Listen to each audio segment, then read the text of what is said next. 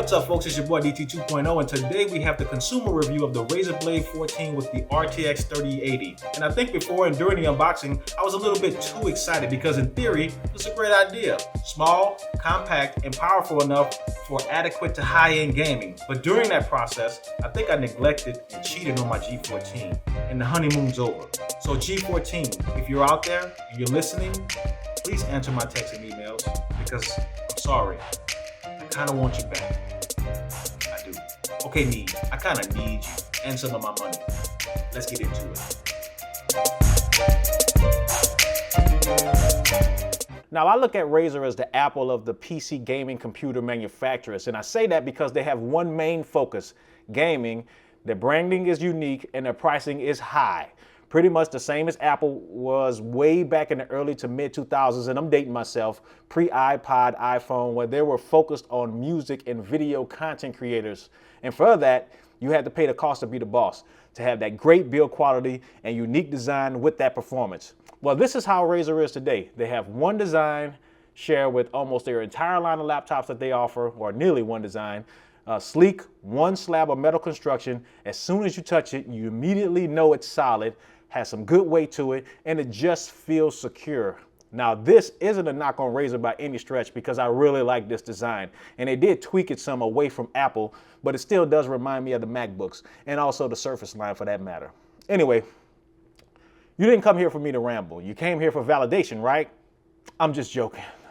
If you did, this video or any video I upload is not for you. This is a consumer review, and if it's good, I'm gonna give this computer its props. But on the flip side, if it's not good, then I'll tell you about it, and then this is where those things happen. And I say those things, right? Those two things happen. One, folks who already spent their money to buy this are a huge fan of the product line or the manufacturer getting their feelings and hit dislike and slam me in the comments. Cool, I don't care. It is what it is. I've been there before, so I share your anger or disappointment. And two, any type of company will shy away from me getting them to sponsor any of their products. Again, I don't care because in both instances, it is what it is. I'm here for the consumer and the consumer only, including myself. Now, I'll do my review a little different today. I'll speak on my likes, but even those likes have drawbacks, just like every product. So I'm putting them all in the pot like gumbo, putting it all together and mixing it up. That way, these videos won't be 45 minutes to an hour, unless I add gameplay on the end. Now let's get into these specs. This Razer Blade 14 sports the AMD Ryzen 9 5900HX, 16 gigabytes of RAM at 3200 megahertz, a 1 terabyte SSD, and an RTX 3080. And once I did some research, which means I just went to the NVIDIA control panel and looked at the support information, I found out that this is actually a Max-Q version. They call it third generation Max-Q, but it is a Max-Q version. So it is what it is, with up to 100 watts of max power. It has the per key RGB keyboard, which I am a fan of and I'll speak on later. And right here, there's a sticker that says THX Spatial Audio. So is that a rival to Dolby Atmos? Because I assume so, because I haven't heard THX, that term, in a long time, maybe before some Star Wars movies way back when. But anyway, I'll let you know how that sounds also. For a 14-inch QHD 165 Hz display with 100% sRGB, which I'll speak more of my thoughts about that in a few, of course. And last but not least, the price. $2,800, folks, before taxes. And depending on what state you live in, knock, knock, who's there? $3,000. And I ain't talking about Andre 3000. A 14-inch laptop with a 3080 Max-Q, almost $3,000. I don't know how y'all feel about that, but I'm gonna let y'all know what I feel about that. Now let's do my roundabout.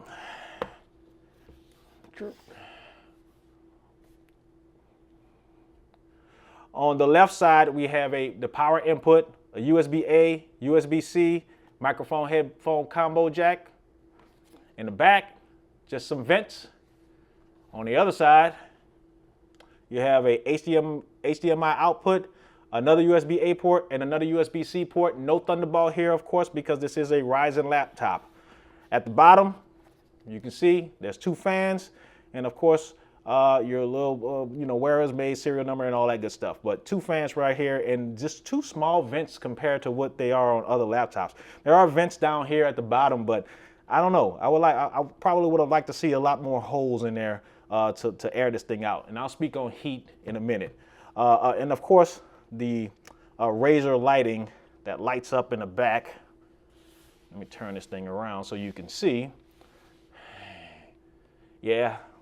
Now, as you can see, this thing was clean before I started showing you exactly how it looks, or showing you the ports. This thing has to constantly be wiped. So if you have OCD about the cleanliness of your items, of your electronics, this is probably not the one to get. Or if you do like this computer, make sure you have a handy dandy microfiber soft, I was about to say Microsoft, to wipe it off. And as long as it's not deep and greasy, it comes right off. These things come from Amazon. I've been having them for a long time. They last a long time. Anyway, let me go ahead and log in here. All right, so that's your Roundabout. Now on to my likes. Like number 1, of course, I always start with it, and it's the screen. As y'all can see, I got the 80s kind of Miami color vibe. I just did that just to show you that you can do anything with the laptop, or at least with the RGB keyboard. And I just wanted it. I like my keyboard matching my screen. Who else likes it? Hit me in the comments, let me know. Anyway, 14-inch QHD, kind of a high pixel density, 165 hertz, for 14 inches. QHD. This is probably not one of the first, but the first by Razer. But it does have a high pixel density, and it is crisp.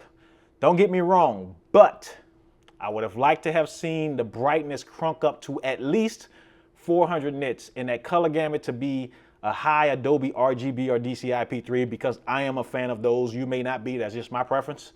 I think it was a waste, because while I do know the screen is crisp, I think with the increased brightness, it would have been a little bit of an increased dynamic range, and it would have made it a little bit better. Because when I play games on this, though I know it's crispy, it just doesn't jump out at me. As far as frame rates, they could be higher. I would say I would prefer 240. 165 is pretty much on everything these days. But I would have liked to see 240 on this. I know Alienware and the other few companies have been pushing those out lately, but only 165 at this price point, I don't know. Now, what I do like overall is the extremely thin bezels on the side. And of course, the top bezel has to be a little bit thicker because it does have a camera with Windows Hello. But not really in love with the chin at the bottom, but I get it. They had to put the chin there, or else it would have been a 15-inch screen, or they would have had to make it smaller, in which I'm pretty sure that would have took away some of the components in here. Now, it does have a camera, like I said, and Windows Hello is a good thing, but the camera is just okay if you're for school and at work. But the screen is a definite like, with just a few drawbacks for this price point. Like number 2, and that's the look and feel. It's no secret that Razer put a lot of money, just like Apple, into the design of their products. This product, especially this product, and it paid off. I really like it. It feels like a Microsoft Surface Book or even a MacBook Pro rolled up in one. Cold metal feel, sleek one slab design, and as I said earlier, a really, really solid feel. Would I say low-key gaming? Yes and no. But you just can't escape that lime green Razer logo unless you turn it off. But then again, even if you turn it off, the Razer logo is still there. I think it would have been great if they offered that silver color option with the laser etched logo that they had in the Razer Blade 15 4K last year. That was really tasteful. I really liked that laptop.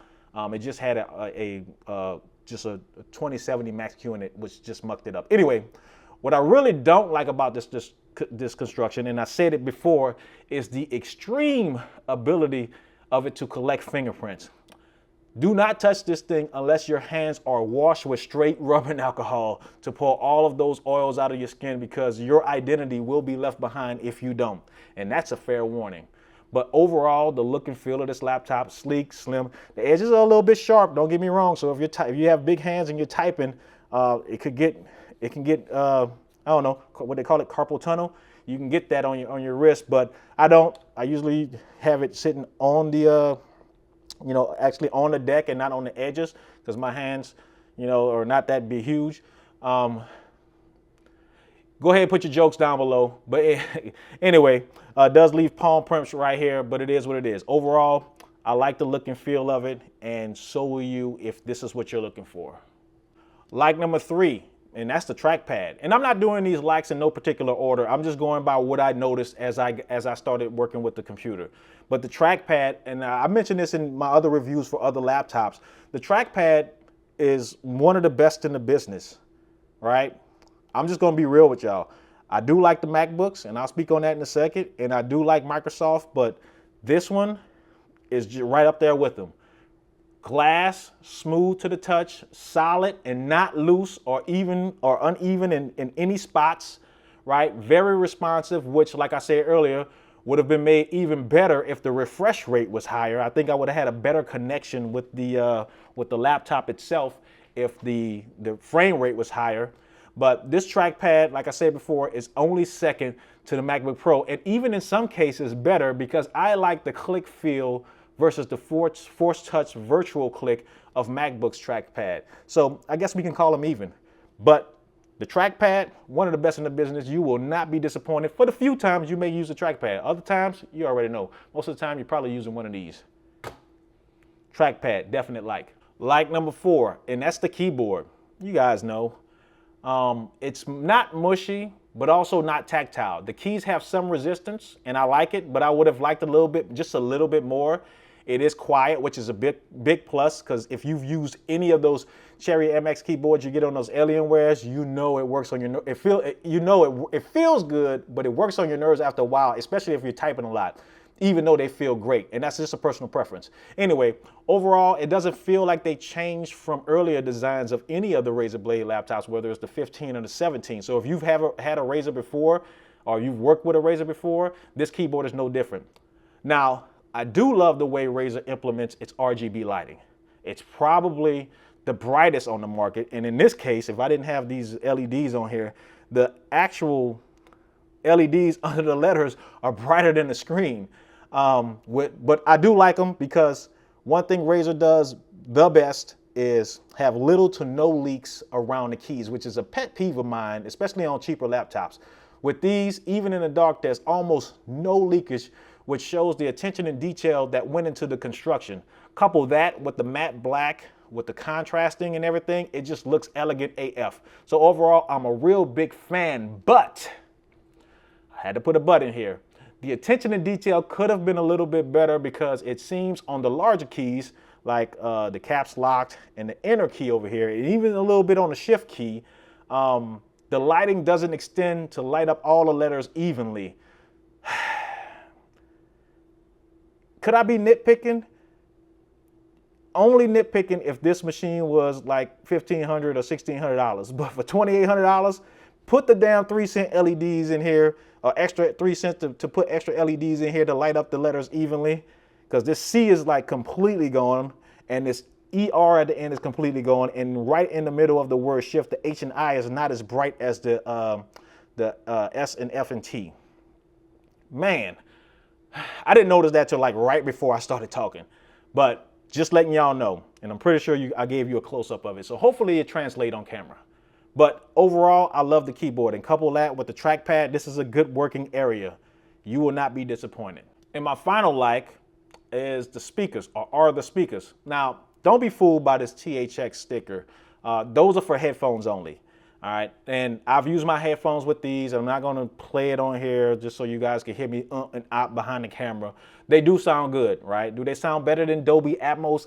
It just depends on the headphones that you have. And here I do have just some 3D audio headphones with the Rocats, but I also have some Dolby Atmos headphones, the Corsair RGB Wireless XT headphones, and these actually hooked up to the Razer or any computer that has Dolby Atmos sounds really good. I tried them with these, and it's decent, right? It's decent. Okay, but the speakers on the outside, or external speakers, they're okay. You know, are they better than other laptops on the market? Yes, but not by much. They're just on par for a 14-inch laptop. I did listen to them in my unboxing video, but you know what? Let's just do it again. I already have one of my favorite, music, especially when I'm editing, one of my favorite music sites up. So I'm just going to play some stuff and let you hear it. Of course, it won't translate on the camera like it does here, but at least it'll give you an idea of what it sounds like.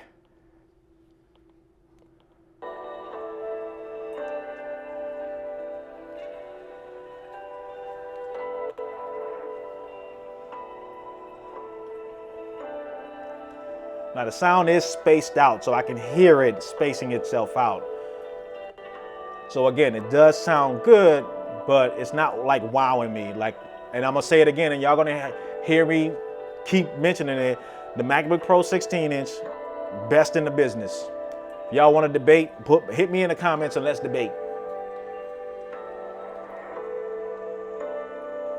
I can't get nothing with no kick in it.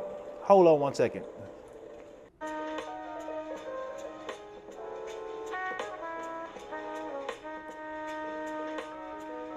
Again, nothing like the kick is not really beating me up, or I feel no vibrations on the table. So it is what it is. Speakers are okay. It's not gonna wow you. Don't be fooled by the THX sticker. Now on to my unfortunates. And I'm not hating on this computer because I really, really like it. And I don't have that many unfortunates, right? To be honest with you, how many I have? 3, right? Just 3 unfortunates. Guess what the number 1 is? If you said pricing, you are absolutely right. You don't get no prize for that because anybody could look on Best Buy's website or Razer's website and you can see that. It's expensive AF.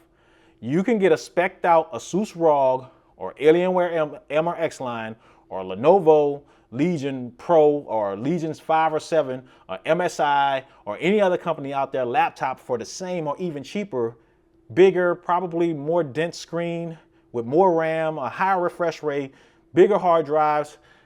This is the price of admission for a Razer laptop. It is what it is. Again, I'm saying this is like Apple because if someone sees you with it, they know you spent money for it. Exactly how I was when I was looking at folks with either one of those early Alienware laptops before Dell bought them, or an Apple laptop. As soon as you open it up and you see that Apple shine, I'm like, that guy got money because they must be serious about their work because they spent it on an Apple computer.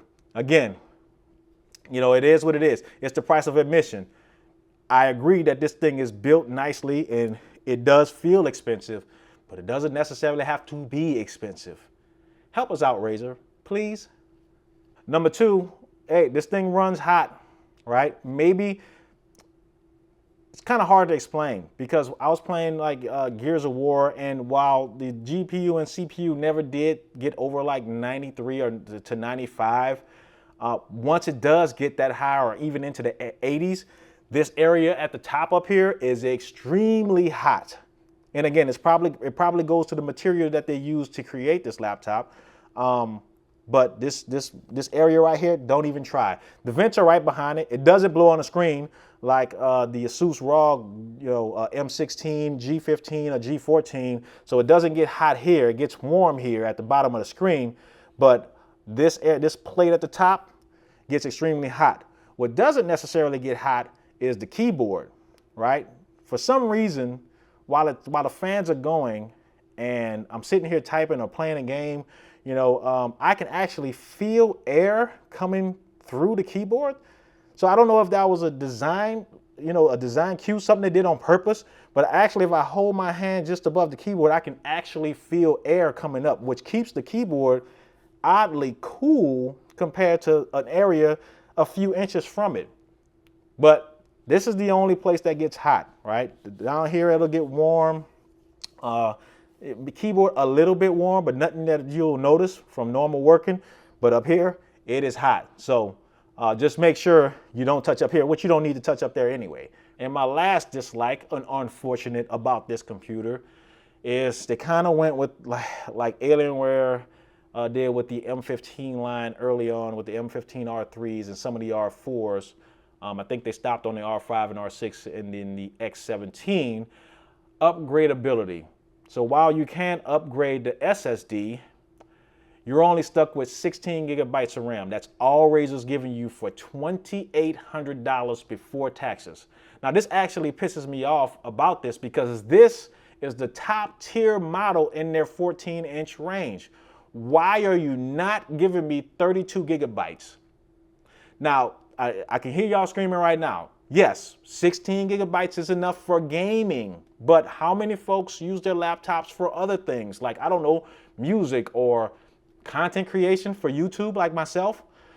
Sorry folks, again, that's the Razer's price of admission. That's the biggest drawback about this machine, you know, but at least one of the two. Give me 32 gigabytes with this 3080 in it and the Ryzen 9 5900HX, or give me the option to upgrade it. I don't care if you make it a little bit bigger.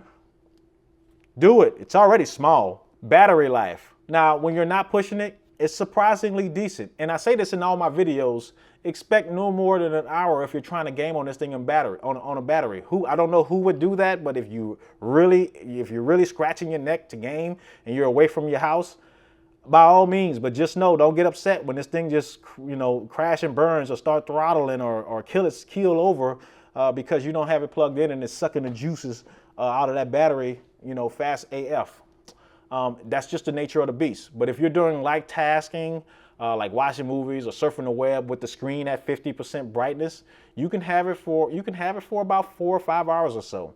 I have confidence. I've been having it on for about an hour now, and I'm at 71%. And it says right now I have an hour and 18 minutes remaining, but that's because I have everything crunk up. But I'm pretty sure if I change the settings, it would increase and says I have like 3 hours and some change left.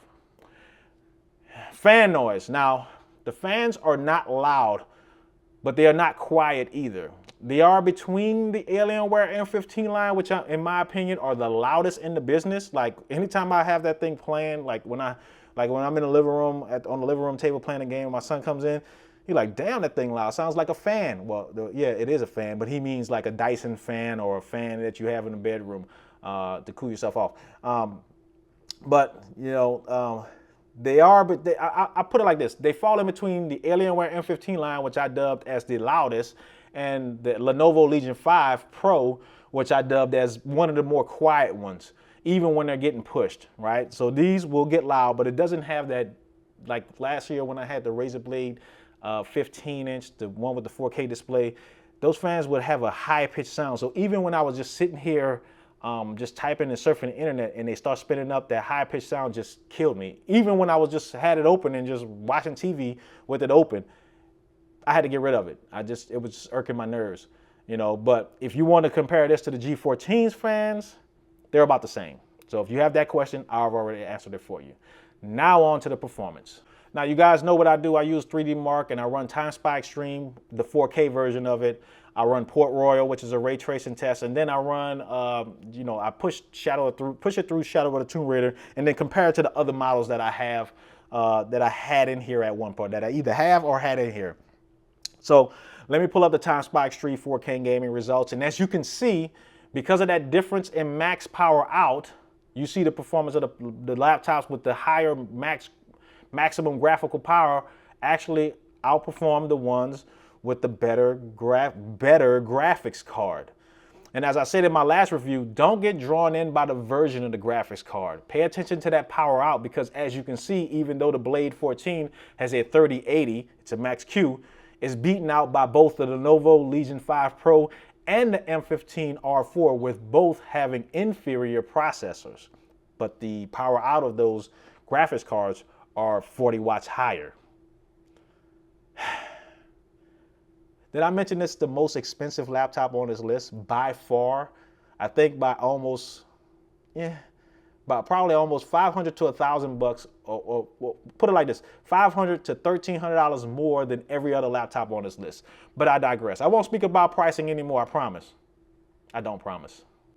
In the Port Royal ray tracing test, again, you see the results of the performance, and it's again beaten out by both the M15R4 and barely edging out the Legion 5 Pro, just barely, right? And I would call that even, 6478 to 6509.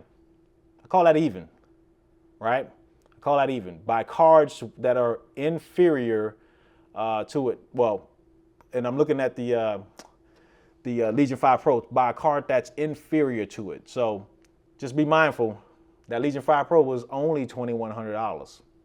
Not promoting though. Now in Shadow of the Tomb Raider, a real world application, we see that even though the previous two synthetic tests have some space between the results, it's not that big when it's time for those cards to execute. Again, I run these tests on ultra settings and all of the laptops at their native resolution. No dropping up or dropping down, none of that. And as you can see, it's actually right on par with the G14. Even though the G14 is 1080p, but unless you're pixel peaking with your face close to the screen, there's really not a big difference in how it looks. The lettering may look a little bit crisper, but that's about it. But when I'm gaming, I'm not really looking at the lettering. I'm trying to get my game on. If I was interested in a crisp screen, I wouldn't be interested in any of the 14-inch machines. My eyes would be on the M15R5, M15R4, and of course the Legion 5 Pro, along with the G15. Pretty much all of the other ones. Now, I'll put some gameplay of Red Dead, NBA 2K1, Shadow of the Tomb Raider, and a few other ones at the end, but not too much as to not extend the length of the video. That way you can actually see this thing in action with fan noise and all and let you make the determination. Okay? Now on to my recommendation. So do I recommend the Razer Blade 14? And before I answer that, let me say this. I do like this laptop. I like the idea behind it. I like the size and portability. I love the design, and to a certain extent, I like the performance. The price just mucks it up. And I said muck, YouTube. Now, they do have lower tier models with a 3070 and a 3060 in it, but they are also overpriced compared to their counterparts.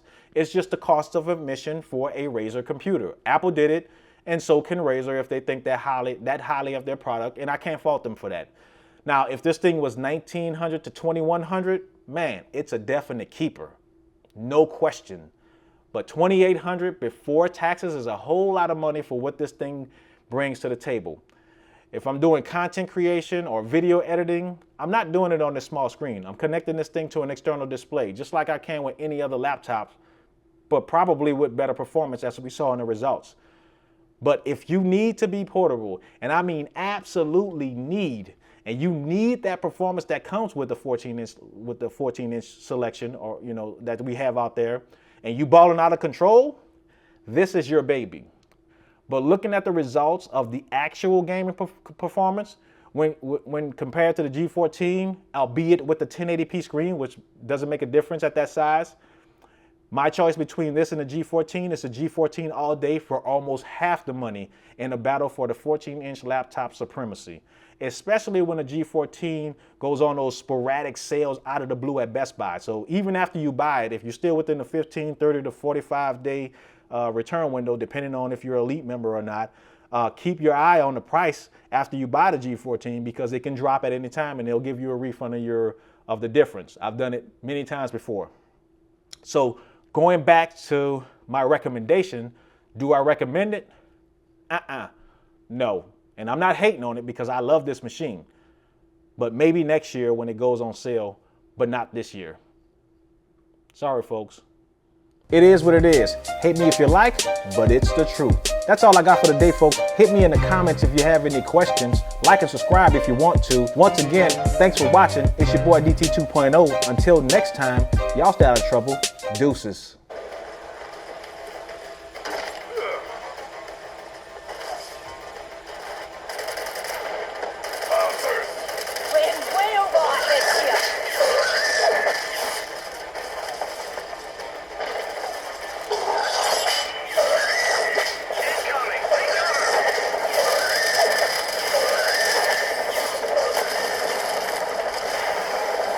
Hell yeah, nice.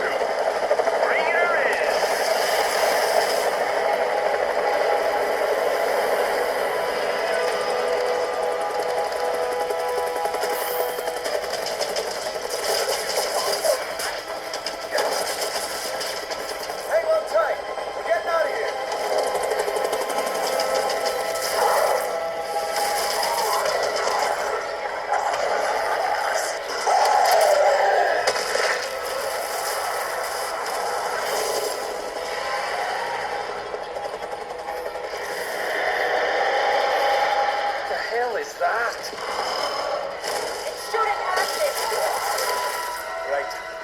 could get fucked.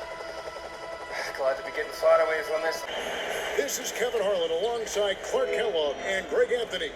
DA will join us tonight on the sideline. It's the Orlando Magic taking on the Milwaukee Bucks. Now the starting group for Orlando. They've got Wendell Carter, Otto Porter Jr. out there with Jonathan Isaac. Then it's Gary Harris, and it's Fultz in at the 1. Now here's Johnson. Wendell Carter unable to get his last shot to go. Seems to have a knack for hitting guys in their spots. His vision excellent. Here's Porter. Harris trying to get free. Carter. The pass to Isaac. No good. Not a friendly rim at all this trip down.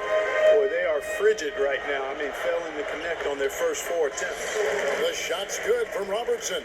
That was really a nice look to the open man by Sidney Moncrief. He's got as versatile a skill set as any guard in the league. They've been looking out of sync offensively. Yeah.